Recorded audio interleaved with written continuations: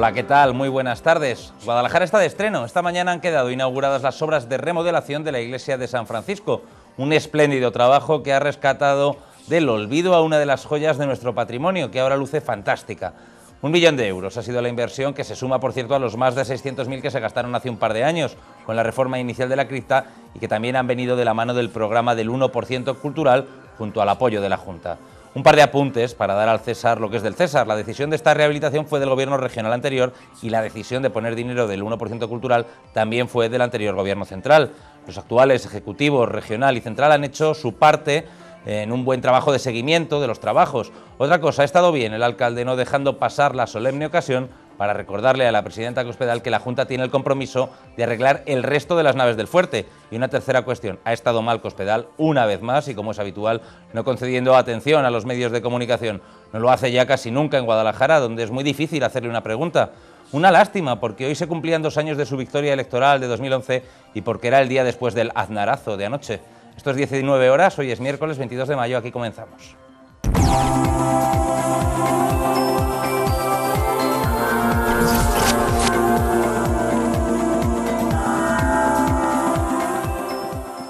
Dedicaremos la segunda parte del 19 horas a la restauración de la iglesia de San Francisco. Antes vamos a empezar por esto último que les decía en la introducción, por ese cumpleaños, esos 2 años que hace justamente hoy que se celebraron las elecciones autonómicas del año 2011 que pusieron al PP al frente del Ejecutivo Regional de Castilla-La Mancha.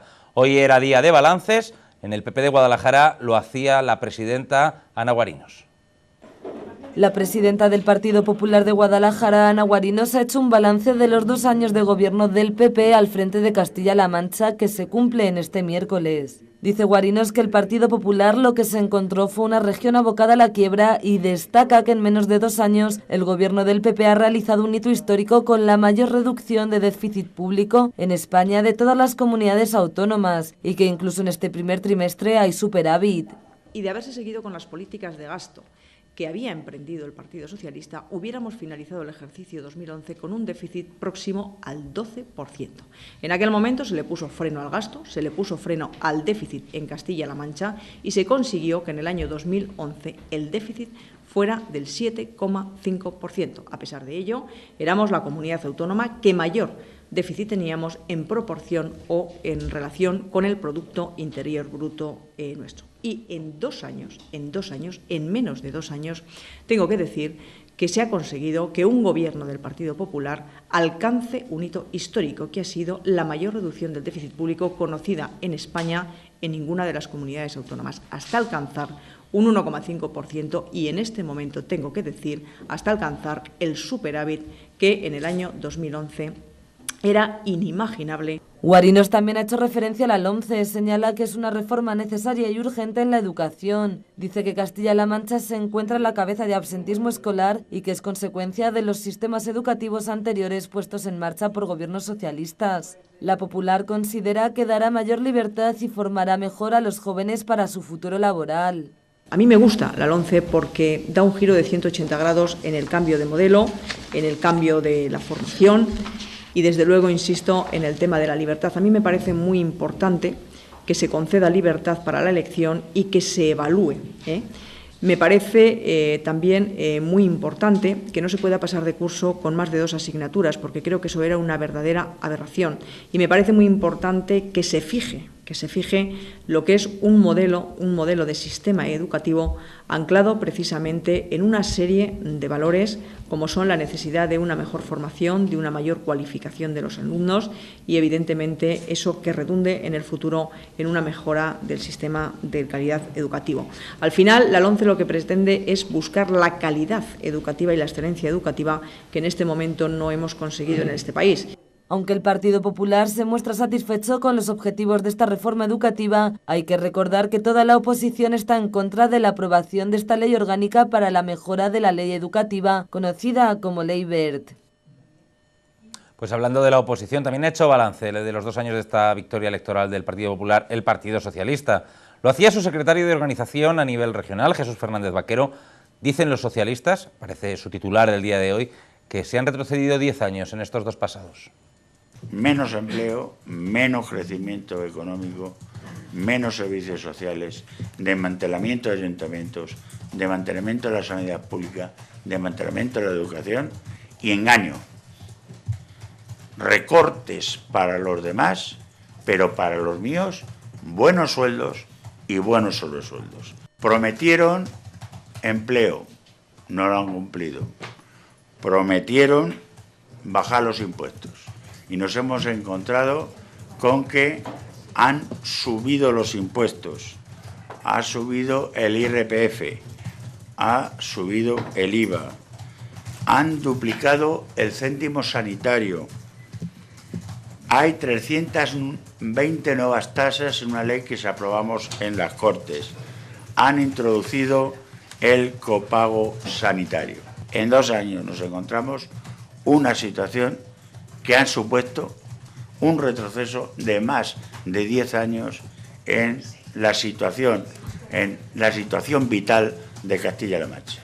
Estos 2 años, repito, han supuesto un retroceso de más de 10 años en lo que es la situación de la comunidad autónoma. Tienen miedo de la que se le avecina, no solo por parte de la sociedad, también en su propio partido. Lo vimos ayer con las declaraciones del presidente Aznar y está en una situación precaria e intentan recortar democracia. Esto es algo también muy importante como característica de los 2 años.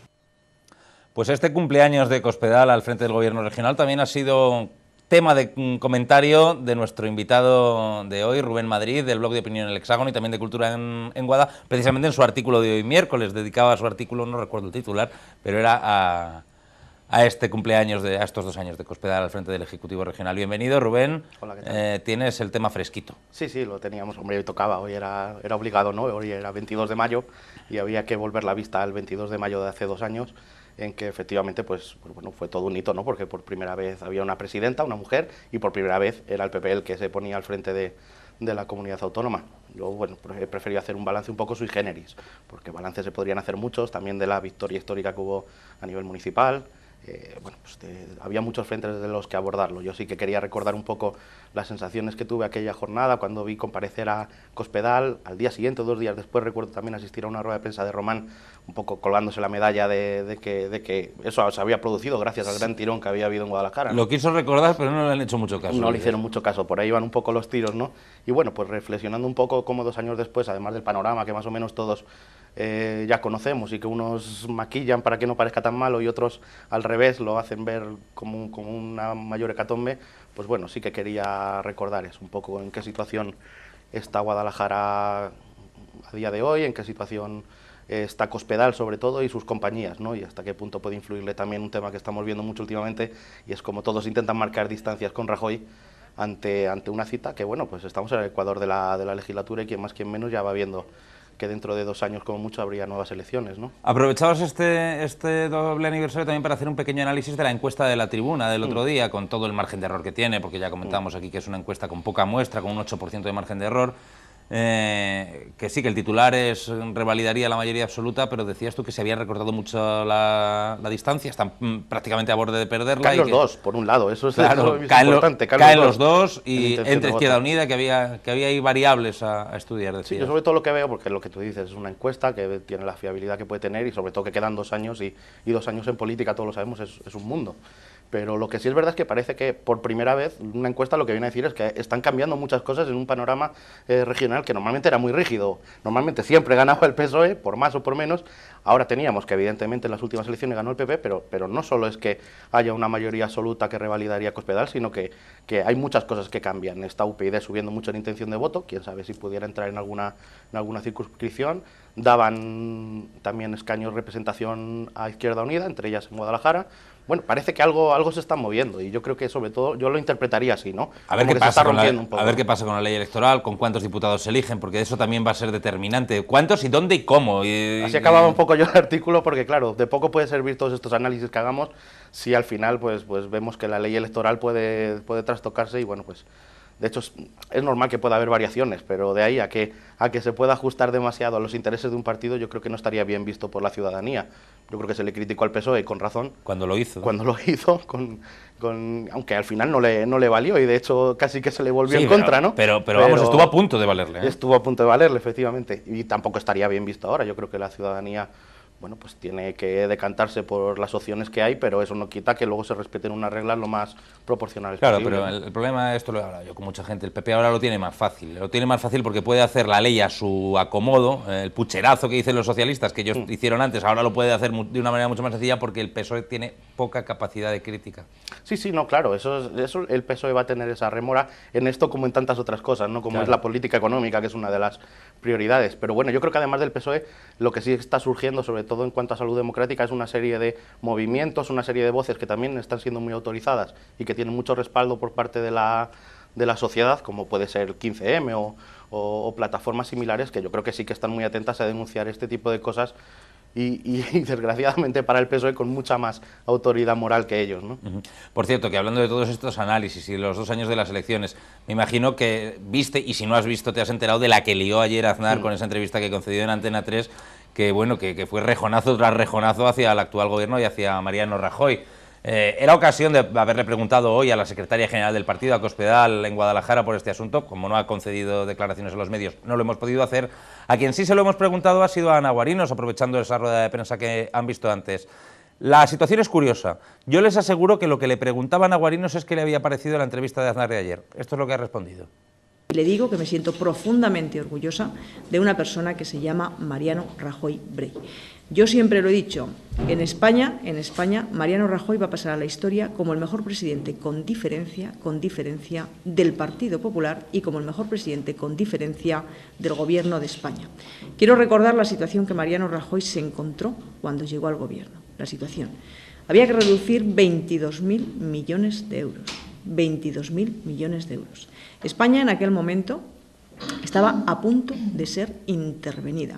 Y no quiero recordar, y antes lo he dicho, lo que ha pasado en sitios como en Grecia o en Chipre, como consecuencia de esa intervención. Como consecuencia, precisamente, de las medidas que se han tomado, muchas, ha sido el Gobierno que más medidas ha tomado en menor periodo de tiempo.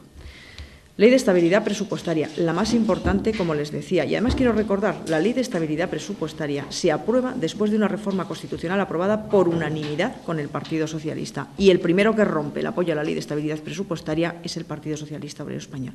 Reforma laboral, reforma del sistema financiero, ley de emprendedores, planes de pago a proveedores. Es decir, ningún gobierno de España ha hecho lo que ha hecho en este momento Mariano Rajoy Brey y un gobierno del Partido Popular en tan corto periodo de tiempo.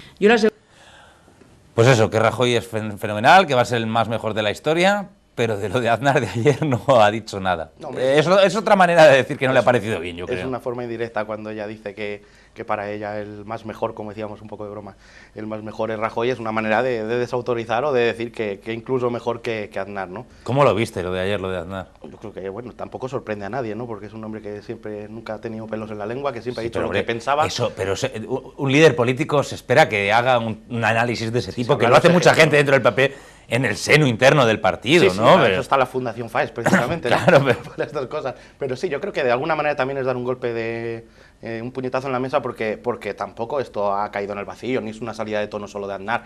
Tal vez es la voz más fuerte y más clara que ha dicho lo que sin embargo piensan muchos militantes y también muchos varones dentro del Partido Popular. ¿Qué busca? ¿Volver él? Yo creo que eso es asustar un poco, ¿no? Y motivar un poco. Desgastar a Rajoy en pro de empujar a Esperanza Aguirre o a Gallardón, como se ha dicho, o la vuelta, porque luego le preguntan varias veces sobre si tiene intención de volver a la política y dice que se sacrificará por España. Sí, y esas cosas que dice él. Discurso de responsabilidad del estadista y tal, ¿no? No sé, yo creo que esa parte tal vez sea la menos importante. Yo sobre todo lo que valoro es eso, que desde luego es un meneo importante al Ejecutiva del PP y al propio Gobierno central.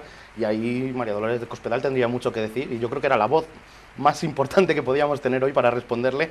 La hemos tenido en Guadalajara, es verdad que ayer se convocó diciendo que era como el eufemismo es un acto abierto a los medios o algo así, ¿no? Cuando Cospedal o cualquier dirigente, pero vamos, en el caso del PP, cuando Cospedal participa en un acto y los cámaras pueden pinchar el sonido, por decirlo de alguna manera, pero los periodistas no le pueden hacer preguntas, le llaman acto abierto a los medios de comunicación. Una intervención abierta a los medios, una intervención, cuando pone acto abierto es cerrado. Sí, no puedes preguntar. Cerrado a preguntas. Eso es. Entonces yo creo que, hombre, que yo pensé incluso después de verlo de anoche que a lo mejor de alguna manera se arrepentía, por así decir, y bueno, pues sí que podría hablar de este tema porque es que si no, pues conocemos el estilo de Rajoy de dejar pasar el asunto y que se enfríe, pero es un meneo muy importante. Pero aparte de lo de Aznar, que era día de que contestara Cospedal, es el día que hace 2 años que ganó unas elecciones. Y luego eso, claro. Hombre, aunque solo sea para que le cantáramos el cumpleaños feliz y pudiera ella pues hacer su propio balance o recordar lo que supuso para ella,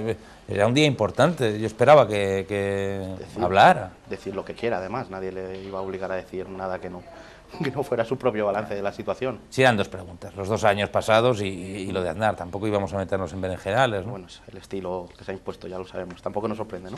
En fin, vamos a cambiar de tema. Hoy comparecían en sala de prensa los miembros de Ecologistas en Acción. Ya saben que están muy preocupados con esa historia del fracking, el proyecto que se ha aprobado en el norte de la provincia para extraer gas de modo no convencional a través de lo que se llama la fractura hidráulica. Hablan los ecologistas de un informe que tienen y que dicen que eso es una ruina. Ecologistas en Acción se sumó este miércoles a las voces que se oponen a los trabajos de investigación de hidrocarburos del proyecto Cronos previos a la obtención de gas mediante la técnica denominada fracking o de fractura hidráulica. Alberto Mayor, coordinador de la Confederación, subrayó que esta técnica es una nueva burbuja especulativa, no rentable y muy contaminante. Todo ello con motivo de la presentación del informe La ruina de la fractura hidráulica. Mayor inició su alocución explicando los peligros que conlleva. La contaminación de los acuíferos y de las aguas subterráneas, que luego, en la mayoría de los casos, pasan a ser superficiales a través de nacimientos de ríos, como decía, o de fuentes y manantiales. El mayor problema que vemos aquí es que si se libera ese radón que hay en la zona baja en el subsuelo donde se va a realizar este tipo de fractura, pues es que estamos hablando de liberar radioactividad al ambiente y que va a perjudicar a la gente. Claro, no es lo mismo que explote un reactor o un cementerio nuclear, pero vamos a intentar informar a la gente para conseguir el mayor número de apoyos. Asimismo, apuntó que es una técnica muy poco rentable ya que la inversión supera el rendimiento económico. Mayor se apoyó en datos de Estados Unidos y denunció el carácter especulativo del negocio. La tasa de rendimiento energético, es decir, la cantidad de energía que se utiliza para obtener otra fuente de energía, pues es negativa. Es decir, para obtener gas o petróleo a través de la técnica del fracking se necesita más energía de la que se va a obtener. Por lo tanto, a largo plazo, a medio y largo plazo, no es nada rentable. Que en Estados Unidos se invierten 42.000 millones de dólares al año y solamente se obtienen 32.800 millones de dólares con la venta de este tipo de productos, de este tipo de hidrocarburos.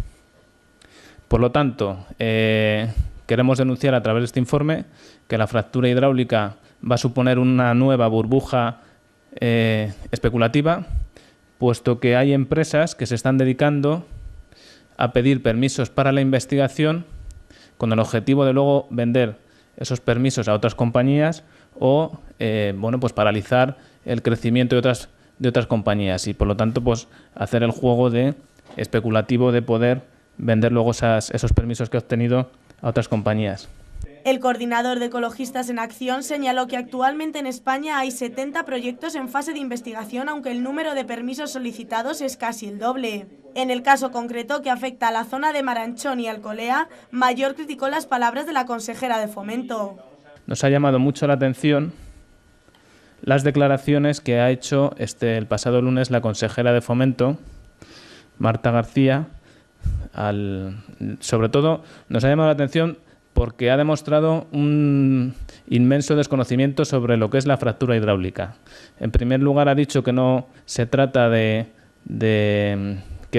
la técnica del fracking lo que va a hacer es que no tengamos tanta dependencia de los hidrocarburos, cuando, como os he explicado, lo que se está buscando con esta técnica son hidrocarburos en el subsuelo y, de hecho, los permisos de investigación que ha dado el Ministerio y los que se están pidiendo ahora son permisos para hidrocarburos. Y luego también nos ha llamado mucho la atención y redundo en la afirmación de que demuestra la ignorancia de la consejera al afirmar que se trata de una energía alternativa. La extracción de combustibles fósiles es una energía convencional que se lleva durante décadas extrayendo y, por lo tanto, una energía alternativa renovable son las que desde los grupos conservacionistas ecologistas llevamos incidiendo durante décadas y que son la solar, la eólica, todas las procedentes de las energías renovables o alternativas. Ecologistas en Acción informó de que este sábado se reunirán nuevamente con los alcaldes afectados y los miembros de la plataforma antifracking. Asimismo, no descartaron llevar a cabo movilizaciones. Pues han visto los ecologistas que estaban enfadados con unas declaraciones de la consejera de Fomento, dicen que no tenían idea. También ha hablado, por cierto, Iguarinos del fracking, diciendo lo mismo que escuchamos a Lucía Enjuto hace unos días, que solo es una investigación, y que ya será lo que se tenga que hacer, y fundamentalmente que cuando esto se presentó no hubo alegaciones en contra. Sí, bueno, lo que pasa es que esto ya ha ocurrido muchas veces, lo de las alegaciones, que no te muchos proyectos que aparecen y nadie se está leyendo el BOE. Antes, cuando las redacciones éramos más abultadas, ¿verdad? Alguien que se había encargaba, alguno que lo veía, ¿no? Pero es uno de los problemas que tenemos, de los que mediamos un poco entre la información institucional y la del público.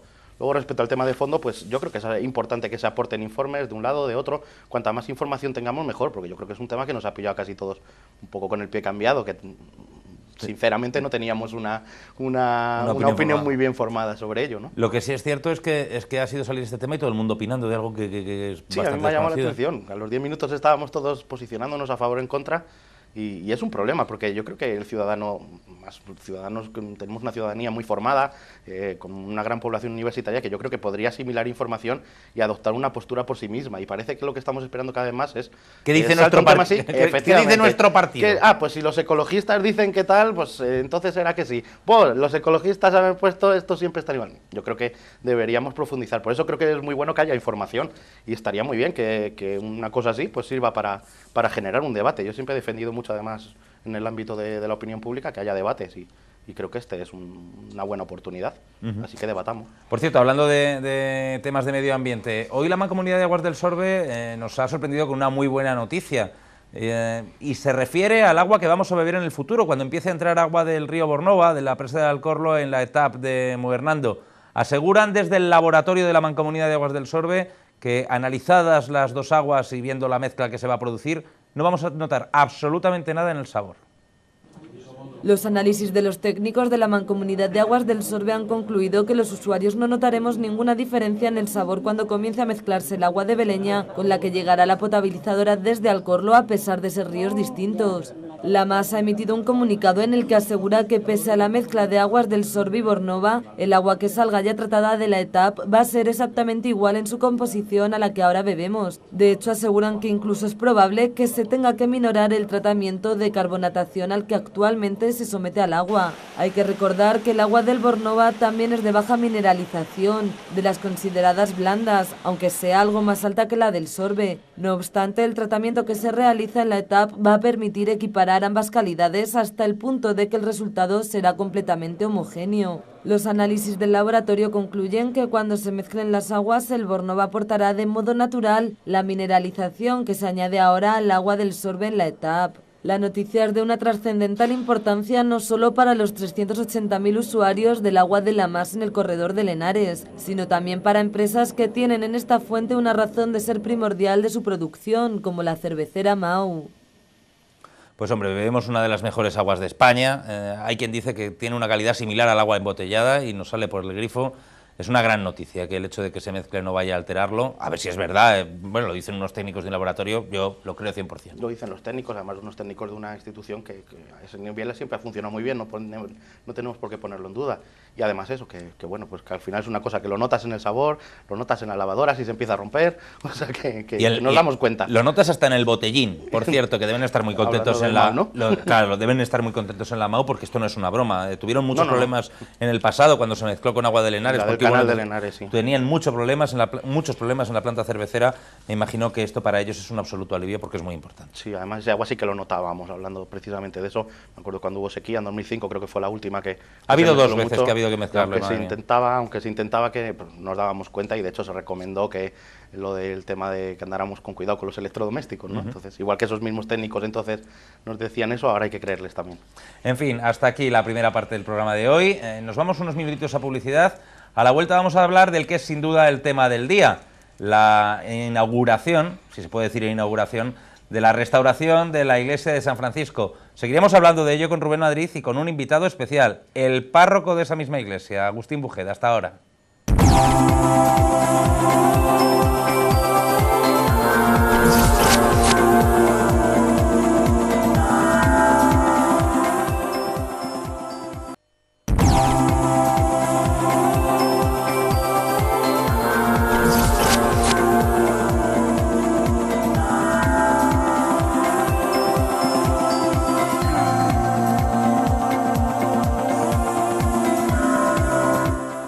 Se lo decía antes de la publicidad, el tema del día hoy en Guadalajara sin duda es que hemos recuperado una joya de nuestro patrimonio monumental, la iglesia de San Francisco en el Fuerte, un edificio del siglo XV que estaba muy deteriorado y que, se lo aseguro, ahora luce maravilloso, fantástico. Guadalajara ha recuperado una auténtica joya de su patrimonio monumental. Este miércoles se procedía a la inauguración de las obras de restauración de la iglesia de San Francisco, tras unas obras que han durado 14 meses y que han devuelto a su esplendor este magnífico templo gótico del siglo XV, que se encontraba en muy mal estado. Así lo recordaba el alcalde de la capital.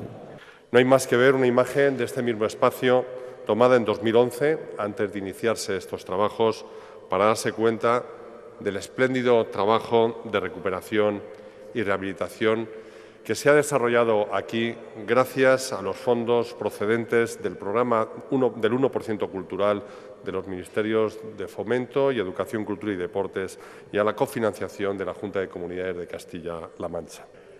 La actual iglesia data de la segunda mitad del siglo XV y se realizó en dos fases. La primera desarrollada por el Marqués de Santillana y la segunda desarrollada por su hijo Pedro González de Mendoza. La finalización de esta iglesia coincide en tiempo con el inicio de la construcción del Palacio del Infantado, que al igual que esta iglesia fue construida por el ilustre arquitecto Juan Guas. Un siglo más tarde, la labor de mecenazgo fue continuada por la sexta duquesa del Infantado, doña Ana de Mendoza, que costeó un retablo, un nuevo claustro y una cripta, recuperada también hace 2 años y que se encuentra situada bajo la capilla mayor de esta iglesia. El acto de inauguración ha estado presidido por la presidenta regional y el delegado del Gobierno en Castilla-La Mancha. No en vano, la restauración ha sido posible gracias a una financiación conjunta de la Junta y el programa del 1% cultural del Ministerio de Fomento.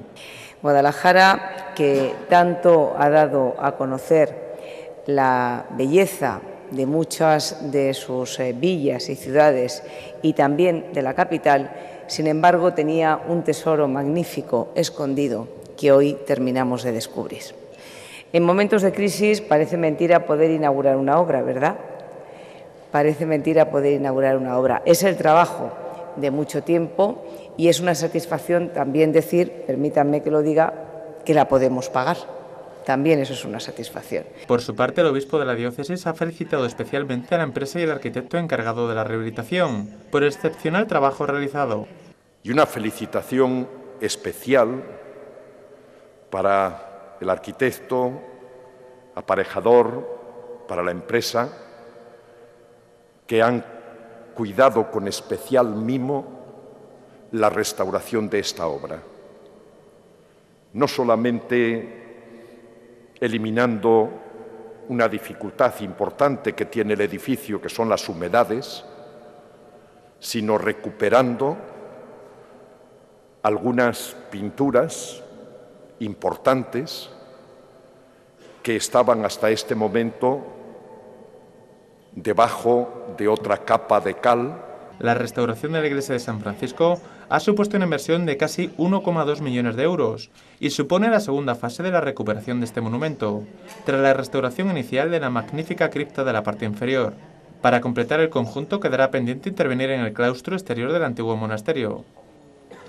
Pues el acto de hoy, además de para inaugurar la iglesia, que ya han visto qué bonita ha quedado, ha servido para dos cosas. Uno, para que la Junta le devuelva la llave del edificio a su propietario, al ayuntamiento, e inmediatamente después para que el ayuntamiento cediera su uso a través de la firma de un protocolo a la iglesia diocesana. Ya saben que este asunto viene siendo polémico en los últimos días. La ceremonia de inauguración de la remodelación de la iglesia de San Francisco ha servido también para simbolizar cómo la Junta de Comunidades devolvía el inmueble al ayuntamiento a través de la entrega de su llave. Inmediatamente después, el alcalde de Guadalajara y el obispo de la diócesis firmaban un protocolo por el que el uso de la iglesia se cede de seguido a la iglesia en exclusividad. Como no puede ser de otra forma, mantendrá el uso para el cual fue diseñado hace ya muchos siglos, y es el culto religioso, el culto cristiano, el culto católico. Y por eso hemos firmado hace unos momentos este protocolo de intenciones entre don Atilano Rodríguez y yo mismo para, a raíz de este protocolo, poder firmar el convenio de cesión para el culto católico de esta iglesia de Guadalajara. Insisto que este fue el fin para el que se construyó esta iglesia y es el fin que quiere la ciudad que siga teniendo en un futuro. La diócesis acoge con mucho gozo esta obra porque aunque teníamos la concatedral, realmente hay celebraciones durante el año para las que el edificio de la concatedral ya queda pequeño y por lo tanto nos viene bien el poder utilizar para el culto esta iglesia en determinados momentos del año. En su intervención, Antonio Román no ha olvidado recordar a la Junta de Comunidades que está pendiente de rehabilitar el resto del conjunto histórico-artístico que componen las naves del fuerte, y Cospedal recogía el guante. Lo decía al comienzo de mi intervención, recuperar esta iglesia supone recuperar una valiosa parte de la historia de nuestra ciudad.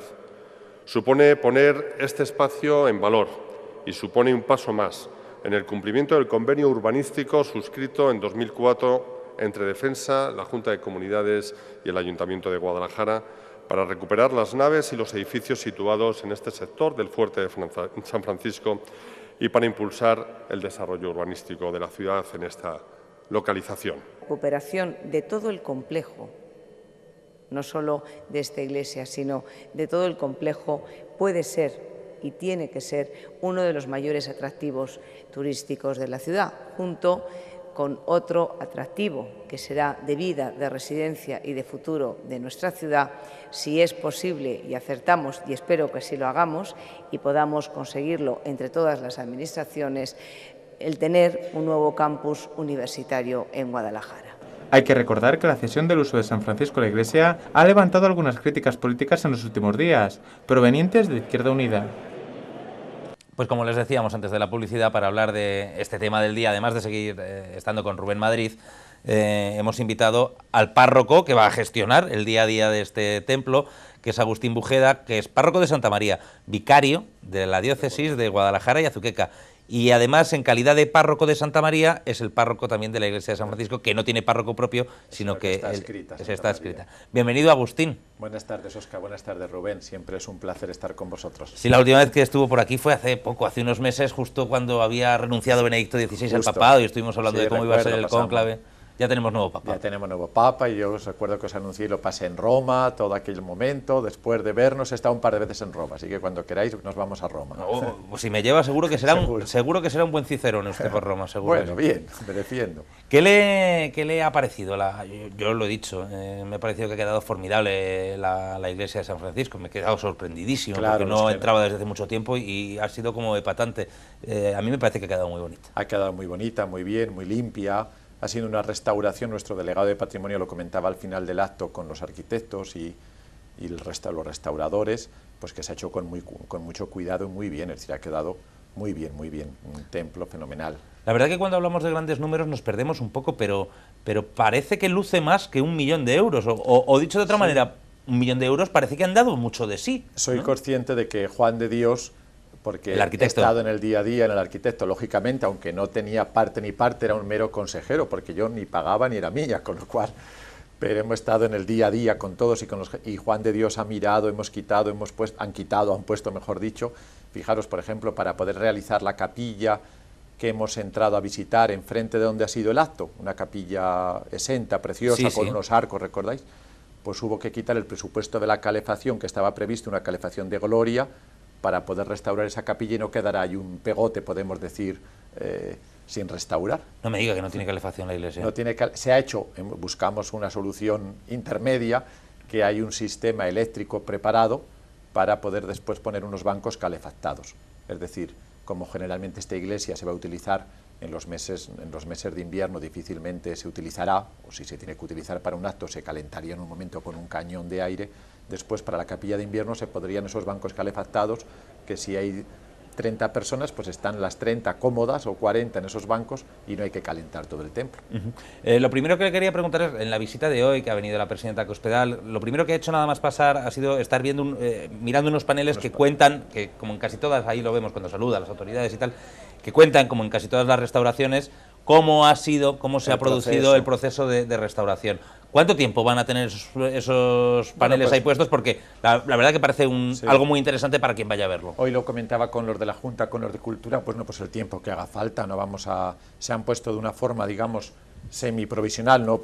Pero ya los hemos puesto en la parte de detrás, de allí mismo donde estaban, en esa capilla, y estarán, por supuesto, que todo el verano y lo que haga falta, es decir, que no es que los vayamos a quitar, porque además también reflejan todo un poco el trabajo arqueológico y otras etapas, con lo cual allí estarán un tiempo hasta que esté la información realizada, esos paneles y que vemos ahora. El obispo Atilano ha dicho en su intervención, bueno, ha dicho muchas cosas, pero una de las que ha dicho ha sido que le viene muy bien a la diócesis la iglesia, porque en algunos actos se queda pequeña la concatedral de Santa María. Yo no sé si ha metido un poquito el dedo en la llaga, don Atilano, porque hay un fuerte debate entre los seguidores si los actos de la patrona hay que hacerlos en San Francisco, que es más grande y cabe más gente, o en la concatedral, que es donde se ha hecho casi siempre y donde tiene más sabor. Bueno, pues hay ahí como ese debatillo, que digamos, la concatedral, bueno, este año se va a hacer en San Francisco. Seguro, claro. Seguro, y sabes, te doy una razón práctica, que las calles de Ingeniero Mariño y la plaza de la concatedral va a estar levantada en obras, con lo cual es decir, no hay otra. No hay otra. Y después pues ya buscaremos una manera de que la patrona llegue a la concatedral, esté un tiempo y también esté en el fuerte, porque aunque sentado se cabe prácticamente lo mismo, un poco más en el fuerte, lógicamente la visibilidad, la amplitud, es una iglesia que para los grandes actos de Guadalajara, el Corpus, la patrona, Domingo de Ramos, bueno, pues es la más grande de Guadalajara, como ha dicho el alcalde en su intervención. ¿De qué usos al año estamos hablando? Porque por lo que me ha parecido entender, aquí no va a haber misa todos los domingos, o por lo menos de momento no es esa la previsión, ¿no? El uso pues sería para la misa al tiempo de verano, que es lo que había antes de hacer esta restauración, y sería para las grandes celebraciones de Guadalajara, que es lo que pide, y para otros usos, en concreto, pues va a haber ya un concierto, está programado para mediados de junio, el día 2 es el Corpus, ya julio y agosto, la patrona, y luego ha habido momentos significativos, recordamos uno, pues sería momento de recordar, ¿os acordáis cuando pues el incendio de la ciudad de la zona de Molina? Pues sí, el funeral de Estado que se hizo, el funeral de Estado, porque no había otro sitio. Bueno, pues Dios no quiera que tenga que haber eventos de este índole, pero que haya de otros. Hay también bastantes bodas ya prenotadas que se van a celebrar en el fuerte este año, no sé si hay 10 o 12 este año, y hay 14 o 15 para el año que viene. Va a ser un sitio de tirón para las bodas de postín, claro, cabe mucha gente. Bueno, que cabe mucha gente, sí. Algunos, si tienen pocos, sí, va a ser para las bodas también un sitio, sí. Es usted el cura privilegiado de esta ciudad, 2 templos, posiblemente los 2 de mayor capacidad, uno de los 2 mayores de valor de patrimonio histórico-artístico, y los 2 fantásticamente remozados y nuevos a estrenar. Y he podido vivir ¿Tiene usted enchufe? La restauración, bueno, lo primero de San José, que me ayuda a restaurarlo, y luego también enchufe, pero también Óscar y Rubén también dan trabajo, ¿eh? Yo siempre hablo que esta iglesia del San Francisco, que agradecemos muchísimo, es como el que tiene 2 casas, y la casa del pueblo. Entonces tienes que preparar ahora el Corpus, tienes que coger todo de Santa María, subirlo. Pero bueno, que muy a gusto se prepara, porque es para el bien del pueblo y la gente disfrute. Y lo que decías, hay muchísima gente como vosotros esta mañana que habéis estado, como tú que has estado, perdona, pues que al llegar se quedan, yo estos días cuando estábamos preparando todo, se queda la gente admirada de cómo ha quedado, y sé que el pueblo de Guadalajara y la ciudad de Guadalajara va a disfrutar celebrando allí los actos que podamos tener. Es tiempo de abrir las puertas a que la gente lo conozca, porque es lo que corresponde Sí. ahora. ¿Han tenido pensado pues algunos horarios, algunas visitas? Me imagino que ahora la ciudad querrá ver lo que ha pasado. Claro, pues hoy mismo hablaba con Isabel Nogueroles, con nuestra concejal de turismo y desde el ayuntamiento. Bueno, pues pensaremos ahora en este primer verano, porque son ellos la propiedad y nosotros el uso, cómo nos combinamos con voluntarios de la iglesia, pues para que las mismas visitas de la cripta pues también esté abierta en ese tiempo, la gente pueda subir, es decir, sobre todo ahora los primeros meses, con lo cual pues lo estudiaremos y por supuesto que estará abierta, como bien han dicho, no solamente a los actos religiosos, que es lo central, sino pues que mucha gente pueda subir y pueda admirar, y el que quiera rezar rece, y el que no quiera rezar no rece, pero que pueda también admirar esta obra, igual que tenemos abierta Santa María o cualquier iglesia en la ciudad de Guadalajara. Ya que saca usted el tema, ya sabe, claro, ya sabe que hay polémica con este asunto, porque además hay argumentos de peso. El otro día Izquierda Unida hablaba de que el edificio es municipal, es del ayuntamiento, Sí. el dinero con el que se ha restaurado es público, de todos Sí. los españoles, crean lo que crean o no sean creyentes, y nada más, y cuando ya la tienen todos ustedes arreglada, se la ceden el uso a ustedes, y estaban en contra de que eso fuera así. Izquierda Unida proponía que la gestión se la quedara al ayuntamiento y les dejaran ustedes hacer el culto cuando lo necesitaran, pero que no les cedieran el uso. ¿Por qué reclaman la cesión en uso de la iglesia? El uso, nosotros utilizamos el uso católico y digamos que consideramos que igual que si por ejemplo hubieran restaurado, pongo el ejemplo, un polideportivo, pues lo ceden para el uso deportivo de la ciudad, para los deportistas. Yo podría ir a ver, también soy deportista, pero podría ir a ver el pabellón de deportes y lógicamente pues un anciano de 50 años y no va, o de 70 años y no va a ir al uso deportivo, bueno, pues ya está, pues lo ceden, el ayuntamiento lo restaura, lógicamente ese dinero con el que se ha restaurado es de todos los ciudadanos, de los cuales muchos son católicos, una gran parte en España, gracias a Dios, y que también pues requieren ese uso, como puede ser el deportivo, o como puede ser el cultural, o como yo no he ido a la biblioteca de Dávalos, pero estoy encantadísimo de que esté abierta la biblioteca municipal y que cuando la podamos utilizar. Luego hay otro tema, digamos, lo que es el culto católico. Nosotros, una iglesia, desde la fe, bueno, pues se celebra un altar, ¿no? Es un sitio consagrado a Dios. Todo lo que está consagrado a Dios requiere pues una dedicación, pero eso se llaman dedicación de los templos, y estos templos han sido dedicados en la historia. ¿Qué quiere decir? Pues que se tiene que hacer el culto católico. Eso no quiere decir que se puedan realizar otros actos que tengan que no estén en contra, al contrario, o que también como un concierto de música religiosa, como el que va a haber el día 16, una presentación de un libro que... O sea, están ustedes abiertos a que el edificio se utilice para otras como cosas. lo estamos en Santa María y en San Ginés, lo que no estamos abiertos es que si allí celebramos la misa, al día siguiente se hiciera un baile de jazz. Eso no se puede hacer. Uy, el jazz es muy bonito. Es muy bonito y yo me gusta. O que fuera Andy Lucas, que también me gusta mucho un concierto de Andy Lucas. Pero no lo ven, Andy Lucas. Es que lo que es dedicación, ¿me entendéis un poco lo que ya es culto sagrado? Entonces la iglesia está dedicada al Señor y por lo tanto al estar dedicada requiere. Entonces, ¿que dicen que no hay dedicación? Bueno, pues entonces ya que hagan todo lo que quieran, pero si hay dedicación, es dedicación. ¿Qué tal acústica tiene, por cierto? Mala. Vaya. Vaya. Porque no, lo digo por lo del jazz, estaba pensando en un concierto de gospel en San Francisco pues que podría... Bueno, de gospel es música religiosa. Y gospel, jazz al mismo tiempo. Al mismo tiempo. He dicho, gregoriano también. Rubén. No, de alguna manera me lo ha contestado porque sí que quería haber indagado un poco en eso, de qué manera se puede devolver a la ciudad ese esfuerzo económico mediante otro tipo de actos más o menos públicos. Y al hilo de eso también una reflexión sobre cómo está cambiando y cómo se está redescubriendo ese espacio. Pues recuerdo yo ser muy pequeño, con 9, 10 años, ir con el colegio, unos juncos que eran más grandes que yo, la iglesia fatal, y de alguna manera, bueno, poquito a poco quedan cosas por hacer, pero se está redescubriendo un barrio entero para la ciudad. Ese es el convenio al que ha hecho referencia el señor alcalde desde el 2004, de acuerdo con el Ministerio de Defensa, que hay que agradecer lo que han hecho también por mantener ese espacio durante 100 años, y la Junta de Comunidades, y luego, bueno, pues toda la labor que se ha hecho, digamos, para ese espacio, pues darle cada día una mayor plan urbanístico para nuestra ciudad, que sin lugar a duda pues lo tiene, y como ha dicho Rubén, sí da gusto ahora subir por ahí, por la iglesia de San Francisco y por su entorno. ¿Qué avatares ha pasado esa iglesia? ¿Qué avatares? Claro. Derruida, ocupada por los franceses, que destrozaron la cripta. Víctor Hugo allí estuvo. Sí, Víctor Hugo, pequeño, Víctor Hugo estuvo allí. Sí. Empezaron los templarios, luego siguieron los franciscanos, y luego lo que ha resaltado el señor alcalde es que, claro, que devolver a la iglesia de alguna manera es el fin para el que fue construido, No nos olvidemos también que, de acuerdo, que en todo el dinero que se ha invertido ahora ha sido de la administración y de todos en estos últimos, pongamos, 20 años. Pero desde el siglo XIII, durante 8 siglos, los que han invertido todo para que esté en pie y la han construido y la han decorado han sido los cristianos.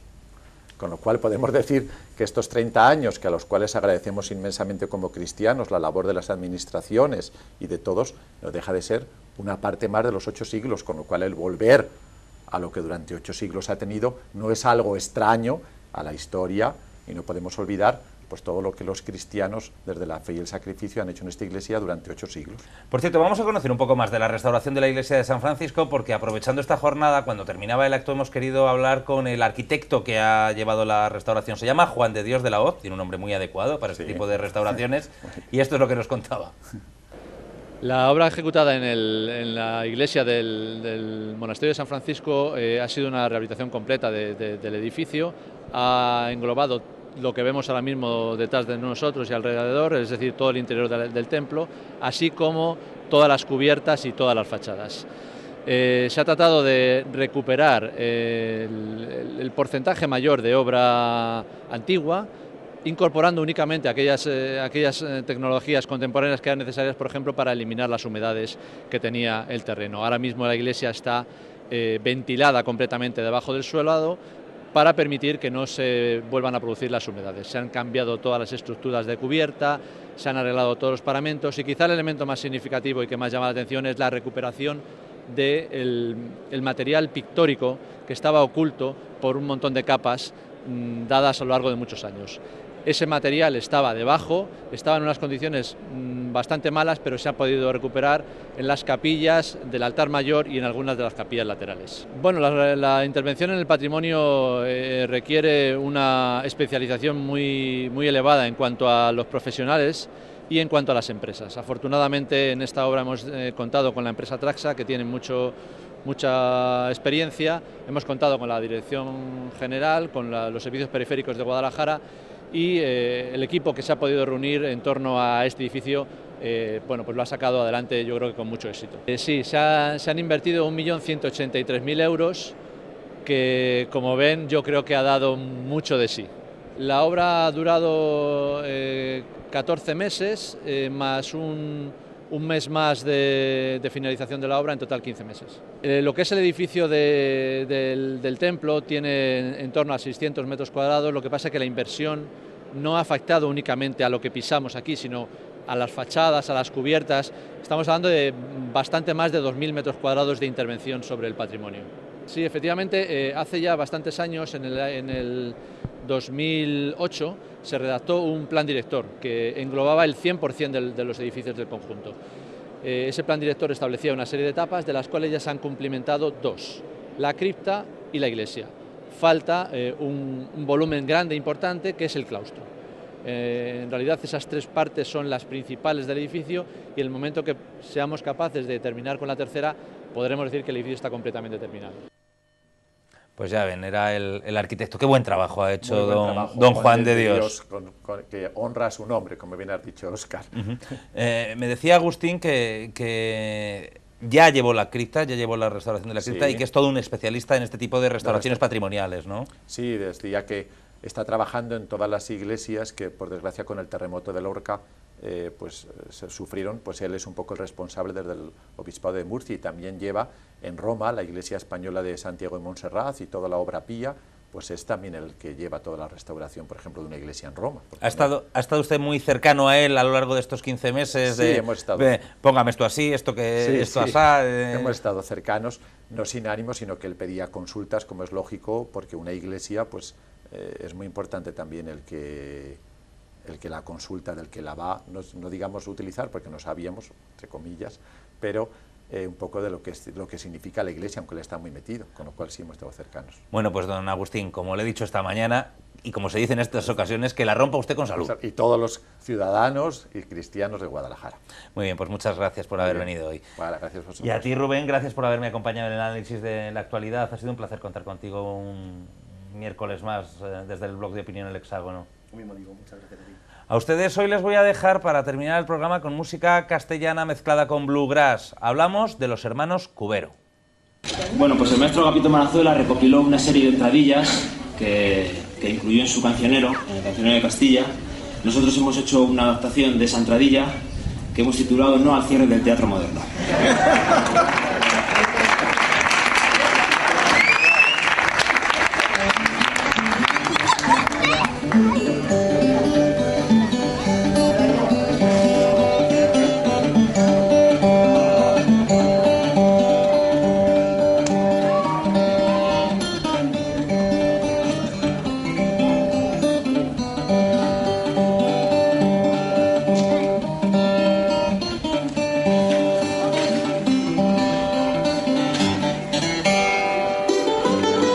Pues ya lo escuchan, es la entradilla segoviana, una de las piezas más importantes del folclore castellano, obra del genial y siempre recordado Agapito Marazuela. Es una versión en 14 cuerdas de acero a cargo de los hermanos Cubero, estos fantásticos folcloristas que mezclan la música castellana con el bluegrass, que proceden de Guadalajara y que llevan el nombre de Guadalajara muy alto allá por donde van, a pesar de que viven en Barcelona, y que el pasado domingo estuvieron, ya lo estuvimos comentando el otro día, en las puertas del Moderno, dentro de ese ciclo que se está organizando de actuaciones reivindicando la apertura de este céntrico teatro de la ciudad. Allí me encontré, por cierto, con Rubén, al que le gusté mucho también el concierto, ¿verdad? Sí, sí, siempre sorprenden, un sonido muy original y muy divertido, y aparte que son unos tíos muy majos. Sí, muy simpáticos. ¿Tiene pujanza esto de las actuaciones en la puerta del Moderno? Sí, yo a veces bromeo, pero digo que aunque no reabra el Moderno, van a tener que hacer el ciclo todos los años, porque hombre, reunir 200 personas pues ya es para planteárselo. Bueno, pues sea dentro o fuera, habrá que seguir haciéndolo. Bueno, pues con los hermanos Cubero les dejamos por hoy. Nos vemos mañana en la cita ineludible con el análisis de la actualidad de 19 horas. Pásenlo bien.